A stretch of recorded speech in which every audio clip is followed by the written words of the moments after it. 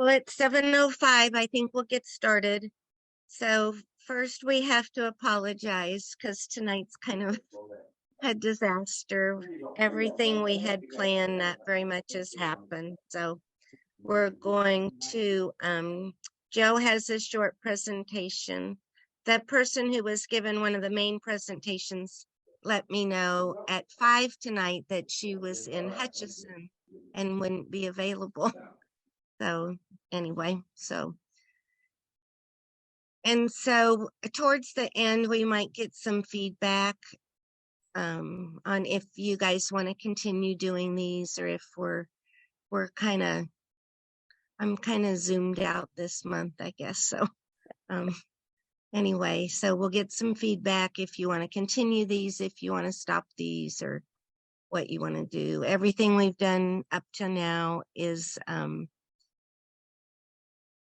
on YouTube through the Kansas Honey Producers archives on our website, so you can view any of those. But we've done about 24 or more, so we've really kind of covered the gamut of value added. So Joe, do you want to go first? Sure. So this is Joe. I'm Joli Winer. This is Joe Patrick, and if you're in GPMB, you can actually get 1 hour of educational credit for being on here tonight. So anyway, okay. Okay, back it up. Okay. Yay. I feel like I've really accomplished something. Anyway, I've been making these dog treats for several years. My dog gobbles them right up.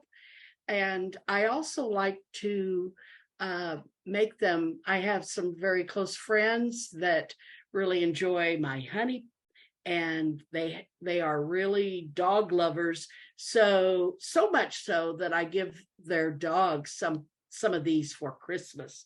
So you can use your imagination and make packaging as cute and tie bows and all this, but their dogs really like them as well. And I got to thinking today, because I was going to make a batch of these, I thought, I don't have margarine. Can I substitute something? This recipe calls for margarine. So I did a little reading and I found out, I asked the computer, can I use butter? And butter is not toxic to dogs, but it's not good for dogs, and it can cause a pancreatitis type situation with your dogs if they consume too much. And if your dog is like my dog, he's a nonstop snacker. So no butter for your dogs. And then I thought, well, what about the coconut oil? I've got coconut oil in the cupboard, and found out that can cause digestive problems and diarrhea. So that's a no-go too. Animal fats, they're not toxic for your dog, but again, it can cause pancreatitis and weight gain too. So you want your dog to have treats, but you really don't want them to be putting the pounds on. So margarine, which contains vegetable fats or oils, is what you want to go with when using this recipe. So here's a copy of the recipe if you want to take a picture of it, or I think this will be posted on the club's website too. But it's an easy, you start with just one bowl is all you're going to dirty, and then a cookie sheet pan, and also a knife or your utensils, or I like to use a cookie cutter, particularly if I am giving these as gifts. But I just heat up 3/4 cup of water in the microwave or on top of the stove and pour that over a stick of margarine. That's a 1/2 cup. And then you're going to start adding in the salt, the powdered milk, your honey, and your egg. And then you're going to start adding a 1/2 cup at a time your whole wheat flour. And after a few additions half a cup at a time until you reach 3 cups. You're probably like me, you're going to start using your hands to actually mix this, and you're going to kind of have to knead it a little bit like a stiff dough if you were making bread.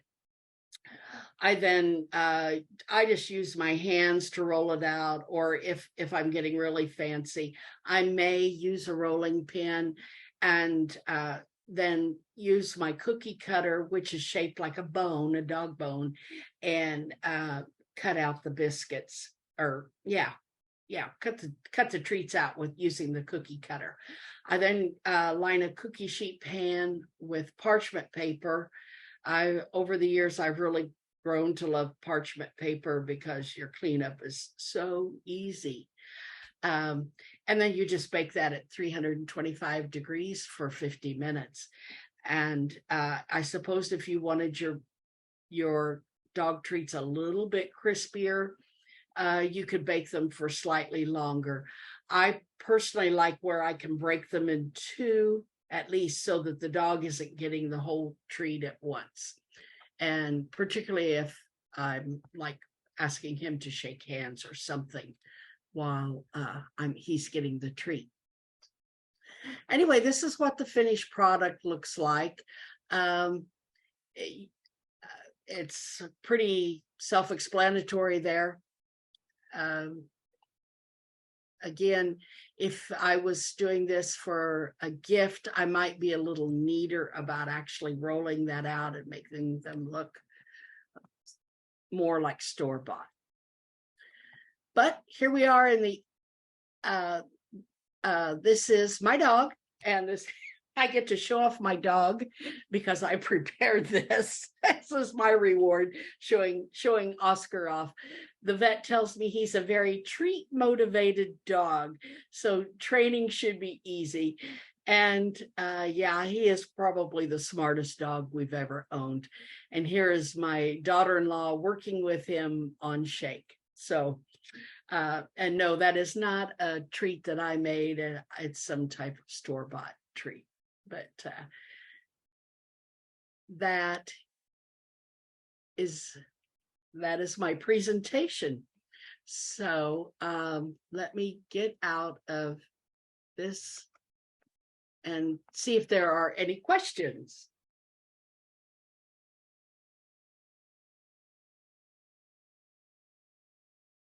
And I guess not.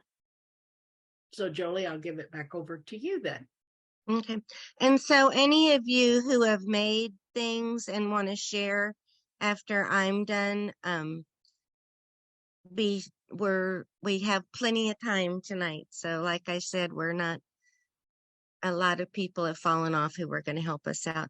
Dustin wants to know if you have sold any of these, and if so, how much did you sell them for?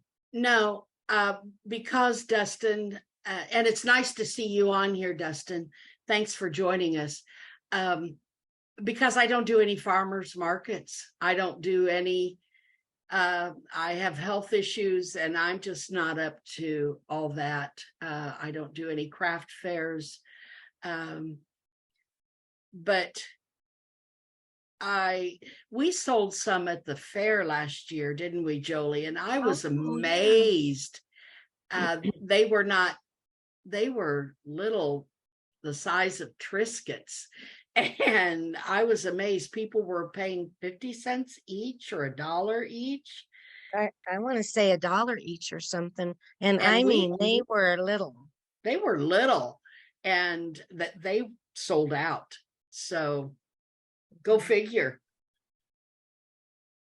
And that is one thing I'll bring up is one of our club members who's spoken on here before, Stephanie Brown, actually took her dog treat recipe to the state of Kansas and had the extension food people go over her recipe. And so she has that as a legally labeled dog treat that she's able to sell all over. So it's quite an ordeal and costs quite a bit of money. I can't remember what it costs per product, but she has taken her dog treats with honey through that process. And so that's kind of interesting. Okay, so now I'll go through the whole share screen thing and see it. Okay, so these are my dogs. This is Quinby. Quinby's 8, just turned 8 last month, and he's blind, but he gets along really good. He can find the doggy door, and he can find Remy's dish after every meal to make sure Remy hasn't left any crumbs. And then this is our Remy, who's the dog from hell. He's the smartest dog we've ever had. He's way smarter than us. So I'm going to start with a cautionary tale. We have a woman at our market named Franny Franks, was her grandmother, and she makes all kinds of coffee cakes to sell. And she sells hundreds of coffee cakes at our market every day. And she decided she was going to do a pup treat. And so she bought some honey from me, and she made these pup treats in these aluminum things. Only they're more like cake. And so the first time I bought them, I don't remember what they were. They were like $3 a piece or something like that. I forgot about them. I left them in the car for a few days. And by the time I took them out of the car, they were already all moldy. Well, then the next week I bought more, took them in the house, cut them up in the little pan, and like an idiot, then put those down on the floor for the dogs, and they tried to eat the aluminum. So those are kind of some things not to do. You want to just think through your process before you do anything. And so she's got like yogurt on the top and stuff like that. And I think some of those things are, probably not necessary in dog food. I will say Brittany Facebook groups, and they say that pumpkin is a great thing to give to your dogs. Peanut butter is a good thing for your dogs. So those are, all really good things that, and, applesauce, that's good. So I've been wanting to make this dog paw balm like for years. And so this made me make it today. So I'd kind of been online all week looking at recipes, and this was kind of mostly what was in most of them. So some of them had, instead of mango butter, they had shea butter. I've had problems with shea butter before, turning weird, and you have to stick it in the freezer. And so I went with the mango butter.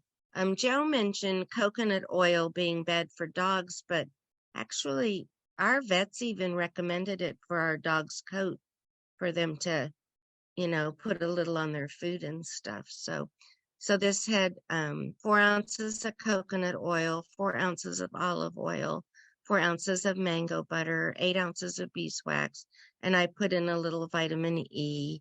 I know some of the essential oil companies, doTERRA, and Young Living, they say that you can put essential oils in food and all kinds of stuff. I did not want to take any chances with that because, of course, putting this on your dog's paw, they're probably going to be licking it off. So I didn't put any essential oils or any flavor or anything like that in. I measured all these out. I put them I like to use a glass measuring cup and put it in a double boiler, stirred it real well, poured it into tins. From this recipe, I got 6 3-ounce tins and 1 2-ounce tin. And that's my finished product. And then I went on Maestro and on online labels. That's where I make all my labels. And I just redid one of my lotion bar labels and put Remy and Quinby's picture on there. Only I've already had to go back and edit it because I put 2 ounces on these or I just left what was on there was 2 ounces, and they were really 3 ounces. So I've already gone back in and redone it. So anyway, I thought they came out real cute. So I don't know. I haven't decided what to charge for them. For my 2-ounce lotion bars, I'm charging $7, and these are 3 ounces. So I think I could easily get $8 out of them. So I just poured these in the tin so they won't come out. I figure someone will take the dog's paw and kind of rub it in there or rub it on their fingers and rub it in there.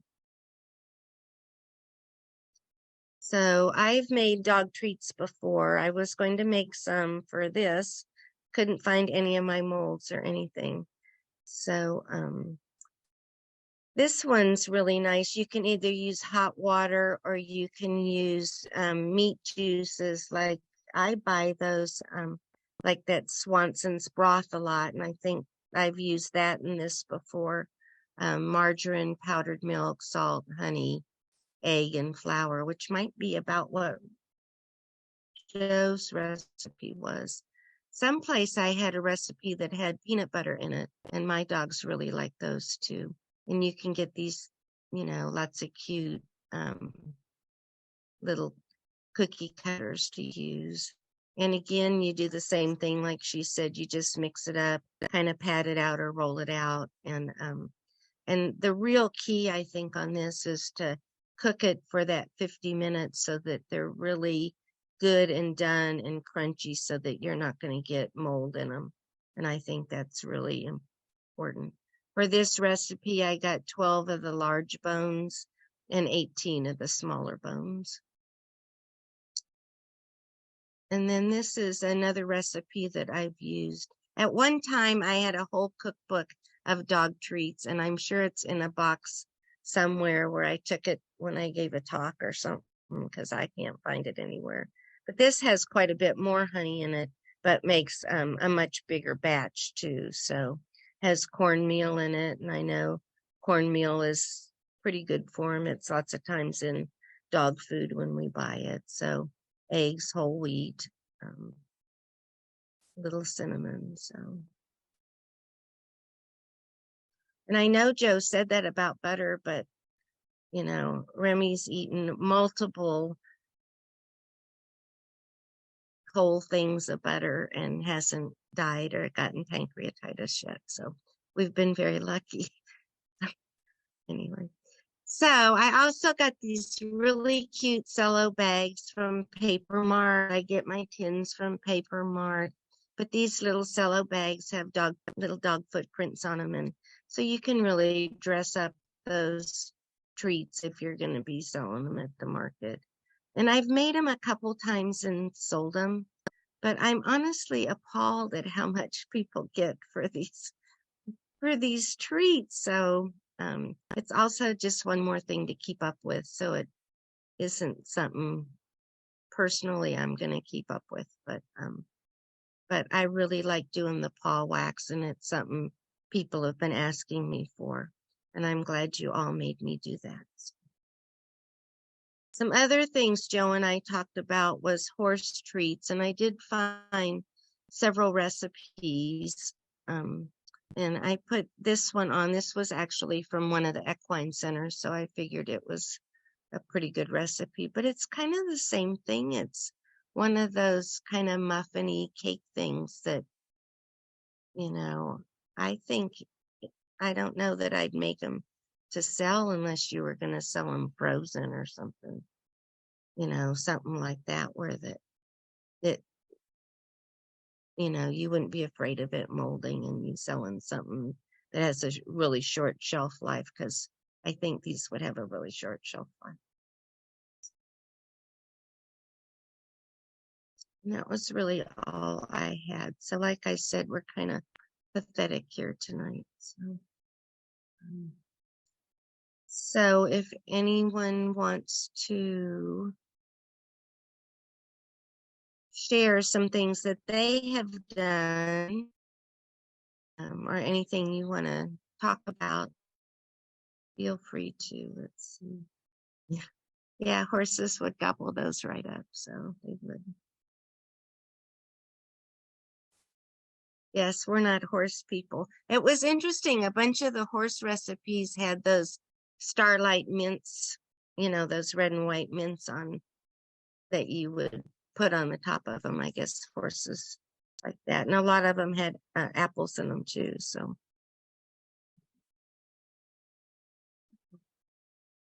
Kat, anyone? Have any of you made anything? Kat, if you would put honey in the Johnson County Fair, that would be really good. Andrea, I don't know where you are. Any of you can put honey if you're in. You don't even have to be in Johnson County. Dustin, you could from Nebraska. We don't care. We just want to fill the shelves up. So anyway.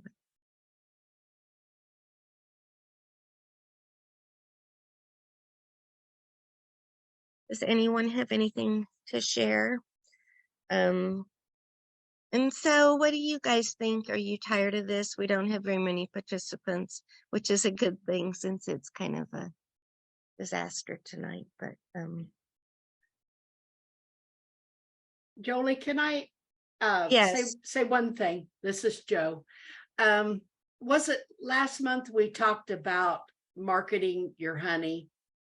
Wasn't that yes, last month? Okay. And so in connection to Dustin's question, I don't do any markets or events. I put a sign out front of my house, and I live in the city, and I have to make sure I don't put my sign up until Friday, 5 o'clock, and take it down Sunday night, because the city does not like it to be very obvious that you are selling a product out of your house. But I live in a great neighborhood, but my sign is bilingual. It's in English and in Spanish, and it works very well for me. And so I just wanted to add that if anybody sat in on that last year or last month, I forgot to mention that. And I kind of was upset with myself for forgetting that, because that has really paid off for me. And that's all I wanted to add. good. So I hear no feedback about anything. So have any of you made dog treats? Or we were trying to think of something for cats. I am not a cat person, so even if I knew of something, I probably wouldn't say it. But anyway.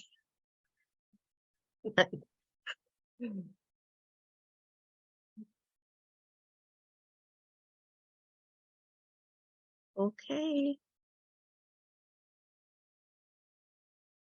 So I really have nothing else. You enjoy these, Cat? Well, that's good. Thanks. But do you want us to continue them? Because we're kind of out of ideas. And we're having trouble getting people to present, other people to present. Because, oh, shoe polish. No, did you used to make any salves or anything like that, Dustin, that you'd want to share at a future meeting? So how many of you are from here? Are there any of you that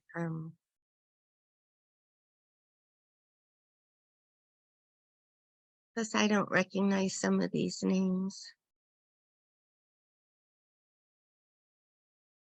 Andrea, are you from here? Our lady from Saskatchewan hasn't been on for a couple months. I forget what her name was.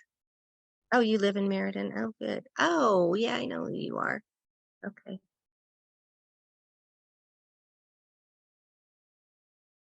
All right. Well, that's kind of. I don't know whether I told you, but I planted some cowpeas this year. So they haven't started blooming yet because I got them planted late, but some of them are about 6 inches tall right now. So I don't know when they're going to start blooming, but this rain should help that out. Good help. So I'm hoping maybe I can get a honey flow off of them. Oh, God. I heard they're supposed to be good for making honey. So we're going to see whether that works or not. I mean, you planted like a whole crop, like, I planted, well, I've got two acres planted down here by my house. And then I've got 30 acres planted over on the other farm because they're also good to enrich the soil. They add nitrogen to the soil. So I'm kind of trying a dual purpose operation here. So we're going to see what happens. I'm experimenting again. you know, we have someone who could come on and talk to us about a pollinator garden. It's not really anything value added. Would people be interested in anything like that?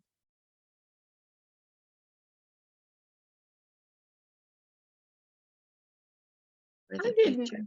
I didn't hear, what did Melvin plant? Was it Cowpeas. cow peas?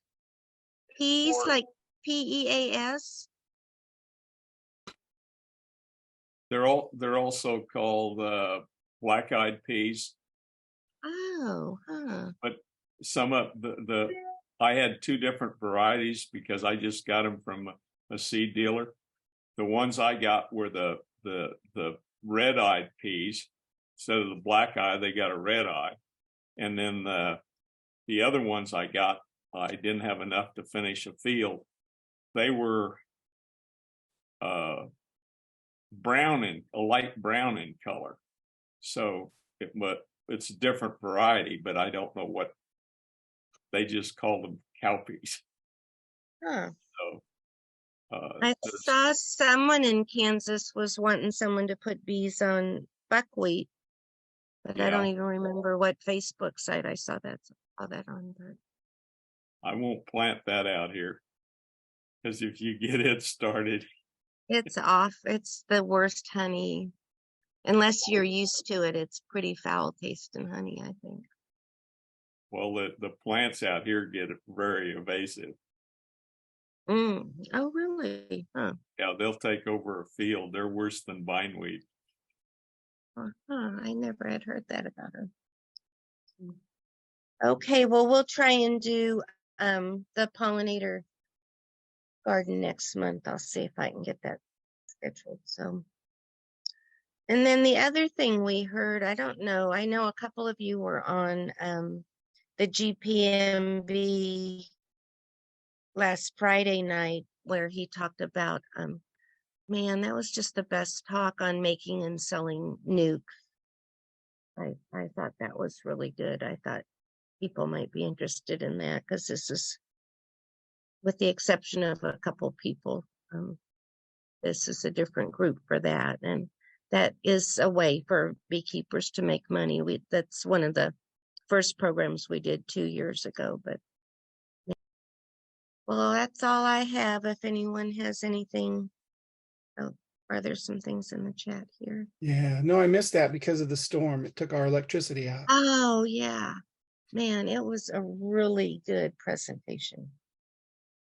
It's recorded, isn't it? Like all the others are? It is if you're working the GPMB program, but I think they're trying to get it so it'll just be on the front of the Facebook, their website, so anyone can. All righty. Well, that's all I have. So if anyone has anything else. Yeah, Jim, yeah, you were on there. Wasn't it good? Yeah. That was good. And Michael, you might have been on there too. I don't remember. But anyway. All right, you guys, that's all. If you have anything else, I'll see if I can get the pollinator garden